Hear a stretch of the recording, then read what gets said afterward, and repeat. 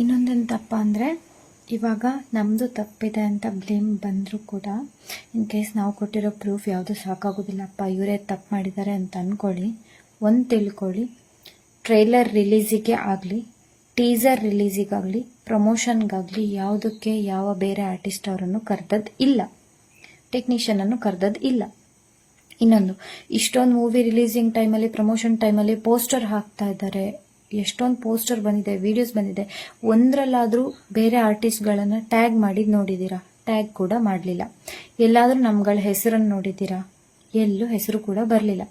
And ಇನ್ನೊಂದು ಎಂತ ಅಂದರೆ, ಅಂತ ಹೇಳಲಿಕ್ಕೆ ಹೋದರೆ, ಅಟ್ಲೀಸ್ಟ್ ಇಷ್ಟು ಮೂವಿಲಿ ಮಾಡಿದ್ದೀರಿ, ಏನೋ ಅಟ್ಲೀಸ್ಟ್ ಒಂದು ಸ್ಟೇಟಸ್ ಆದರೂ ಹಾಕ್ಕೊಳ್ಳಿ ಅಂತೇಳಿ ಒಂದು ಪೋಸ್ಟರ್ ಆದರೂ ಕಳಿಸಿದಾರಾ? ನೋ, ಎಂತ ಸಹ ಕಳಿಸಿಲ್ಲ.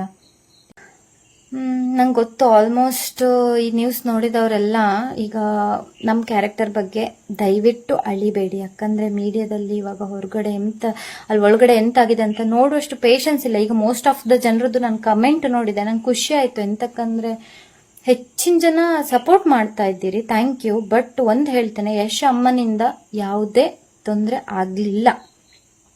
ಯಶ್ ಅಮ್ಮನನ್ನ ಹಿಡ್ಕೊಂಡು ಎಳಿಬೇಡಿ. ನಾನು ಅವ್ರ ನ್ಯೂಸ್ ಚಾನಲ್ ಅವ್ರಿಗೂ ಅದನ್ನೇ ಹೇಳಿದೆ, ನ್ಯೂಸ್ ಚಾನಲ್ ಅವರು ಅವ್ರ ಬಗ್ಗೆ ಏನಾದರೂ ಹೇಳಿ, ಅವ್ರ ಬಗ್ಗೆ ಎಂತಾದರೂ ಹೇಳಿ ಅಂದಾಗಲೂ ನಾನು ಹೇಳಿದೆ, ಯಶ್ ಅಮ್ಮನಿಂದ ಎಂಥ ಪ್ರಾಬ್ಲಮ್ ಆಗಲಿಲ್ಲ. ಅವರಿಂದ ಕೆಳಗಡೆ ಯಾರು ಇದ್ದಾರೆ ಅವರಿಂದ ಪ್ರಾಬ್ಲಮ್ ಆಗ್ತಾ ಇರೋದು, ಆಯ್ತಾ? ಅದನ್ನ ಫಸ್ಟ್ ಕ್ಲಿಯರ್ ಮಾಡ್ಕೊಳ್ಳಿ. ಓಕೆ, ನಾನು ನಿಮ್ಗೆ ಕ್ಲಾರಿಟಿ ಕೊಟ್ಟೆ. ನನಗೆ 35,000 ಬಂದಿದೆ ಅಂತ ಹೇಳಿದ್ರು, ನಾನು ಅದು ಕ್ಲಾರಿಟಿ ಕೊಟ್ಟೆ. 35,000 ಬಂತು. ಅದು ಯಾವಾಗ ಅಂದರೆ, ಇವಾಗ ಒಂದು ನಮ್ಮ ಅಮ್ಮ ಮಾತಾಡಿದ್ದು ಕಾಲ್ ರೆಕಾರ್ಡ್ ಏನು ಲೀಕ್ ಆಯಿತು ಗೊತ್ತಾ? ಆ ಟೈಮಲ್ಲಿ ನಂಗೆ 1 ರೂಪಾಯಿನೂ ಬಾರದೇ ಇರೋ ಟೈಮಲ್ಲಿ ಈ ಥರ ಎಲ್ಲ ಗಲಾಟೆ ಆದಾಗ ನಾನು ಗಲಾಟೆ ಮಾಡಿದ್ದೇನೆ, ಬ್ಲಾಕ್ ಮಾಡಿದ್ದಾರೆ, ಸಿಕ್ಕಾಪಟ್ಟೆ ಮಾತುಕತೆ ಆಗಿದೆ, ಅದು ಹೇಳಲಿಕ್ಕೆ ಆಗೋದಿಲ್ಲ, ಅಷ್ಟು ಗಲಾಟೆ ಎಲ್ಲ ಆಗಿದೆ. ಆ ಟೈಮಲ್ಲಿ ನಮ್ಮಮ್ಮ ಮಾತಾಡಿದಾಗ ಆ್ಯಂಡ್ ನಾನು ಫಿಲ್ಮ್ ಚೇಂಬರಿಗೆ ಹೋಗ್ತೇನೆ ಅನ್ನೋದಕ್ಕೆ ನಂಗೆ ಅಷ್ಟು ಕ್ಲಿಯರ್ ಮಾಡಿ ಕೊಟ್ಟದ್ದು. ಅದಾದಮೇಲೆ ನಾನು ಎಂತ ಮಾಡಿದ್ದೇನೆ, ಸತ್ಯ ಹೋಗಲಿ, ನನಗೆ ಇವರದ್ದು ಸುದ್ದಿಯೇ ಬೇಡ. ನನಗೆ ಇವರೆಲ್ಲ ಅಂದರೆ ನಿಮ್ಗೆ ಗೊತ್ತುಂಟು, ಇವಾಗ ಪ್ರಪಂಚನೇ ಹಂಗೆ, ಕೆಟ್ಟವ್ರಿಗೇನೇ ಕಾಲ.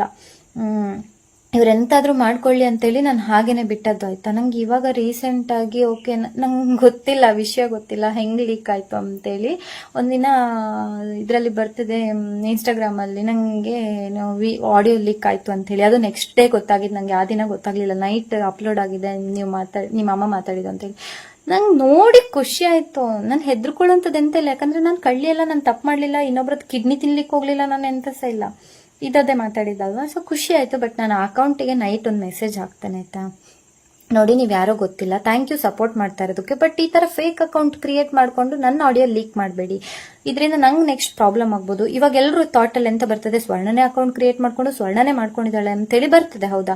ಇದರಿಂದ ನೆಕ್ಸ್ಟ್ ಎಂತಾದ್ರೂ ಪ್ರಾಬ್ಲಮ್ ಆದರೆ, ನೀವು ಯಾರು ಅಂತ ನಂಗೆ ಗೊತ್ತಿಲ್ಲ, ನೀವು ಸಪೋರ್ಟಿಗೆ ಬರ್ತಿರಲ್ವ ನಂಗೆ ಗೊತ್ತಿಲ್ಲ. ಇದರಿಂದ ನೆಕ್ಸ್ಟ್ ಪ್ರಾಬ್ಲಮ್ ಆದರೆ ನನಗೆ ಹೊಡ್ತಾ ಬೀಳ್ಬೋದು, ನೆಕ್ಸ್ಟ್ ಪ್ರಾಜೆಕ್ಟ್ಸಿಗೆಲ್ಲ ನಂಗೆ ಹೊಡ್ತಾ ಬಿಡ್ಬೋದು. ಅಥವಾ ನಮ್ಮಮ್ಮನ ಬಗ್ಗೆ ಒಬ್ಬ ಬಂದು ಬ್ಯಾಡಾಗಿ ಕಮೆಂಟ್ ಹಾಕಿದ್ರು ನಾನು ಬಿಡೋದಿಲ್ಲ, ಕಂಪ್ಲೇಂಟ್ ಮಾಡ್ತೇನೆ ಅಂತ ಹೇಳಿದಾಗ ಆ ವ್ಯಕ್ತಿ ನಂಗೆ ಯಾರಂತಾನೆ ಗೊತ್ತಿಲ್ಲ. ಬೆಳಿಗ್ಗೆ ಆಗೋಷ್ಟ್ರಲ್ಲಿ ವಿಡಿಯೋ ಡಿಲೀಟ್. ಇವಾಗ ನನಗೆ ವಿಷಯನೂ ಗೊತ್ತಿರಲಿಲ್ಲ. ನಾನು ಮಲಗಿದ್ದಾಗ ಕೋಆರ್ಡಿನೇಟರ್ ಕಾಲ್ ಬಂತು. ಕೋಆರ್ಡಿನೇಟರ್ ಕಾಲ್ ಪಿಕ್ ಮಾಡ್ತಾನೆ. ಅಲ್ಲಿ ಅವರೆಂತ ಹೇಳ್ತಾರೆ, ನಮ್ಮ ಅವರು ಸರ್ ಎಂತ ಹೇಳ್ತಾ ಇದ್ದಾರೆ ಅಂದರೆ, ಡೈರೆಕ್ಟ್ರು ಮೀಡಿಯಾದ ಮುಂದೆ ಬಂದು, ಅವಳಿಗೆ ಪೇಮೆಂಟ್ ಕ್ಲಿಯರ್ ಆಗಿದೆ, ಅವ್ರ ಕೋಆರ್ಡಿನೇಟರ್ನ ಮಾತಾಡ್ಸಿದ್ದೇವೆ, ಅವ್ರು ಹೇಳ್ತಾ ಇದ್ದಾರೆ ಹುಡುಗಿಗೆ ಮಾತಾಡಲಿಕ್ಕೆ ಬರೋದಿಲ್ಲ ಅಂತ. ಸರ್, ನನಗೆ ವರ್ಷ ಎಷ್ಟು ಗೊತ್ತುಂಟ? 26 ವರ್ಷ ಸರ್. 26 ವರ್ಷಕ್ಕೆ ಇನ್ನೂ ಮಾತಾಡಲಿಕ್ಕೆ ಬರೋದಿಲ್ಲ ಅಂದರೆ ಎಂತ ಅನ್ಕೊಂಡಿದ್ದೀರಿ? ನೀವು ನನ್ನನ್ನು ಪ್ರಾಣಿ ಅನ್ಕೊಂಡಿದ್ದೀರಾ ಅಥವಾ ಹುಡುಗಿ ಅನ್ಕೊಂಡಿದ್ದೀರಾ? ಹೌದು, ನಾನು ಚೈಲ್ಡಿಶ್ ಕ್ಯಾರೆಕ್ಟರ್, ನಾನು ಒಪ್ಕೊಳ್ತೇನೆ. ನಾನು ಹೆವಿ ಮಂಗನ್ ಥರ ಇರ್ತೇನೆ, ಅದನ್ನು ಒಪ್ಕೊಳ್ತೇನೆ ನಾನು. ಬಟ್ ಎಲ್ಲಿ ಯಾವ ಥರ ಇರಬೇಕು ಅಂತ ನನಗೂ ಸಹ ಗೊತ್ತುಂಟು, ಹೌದಾ? ನನ್ನ ಹತ್ರ ಒಂದು ಆಡಿಯೋ ಉಂಟು.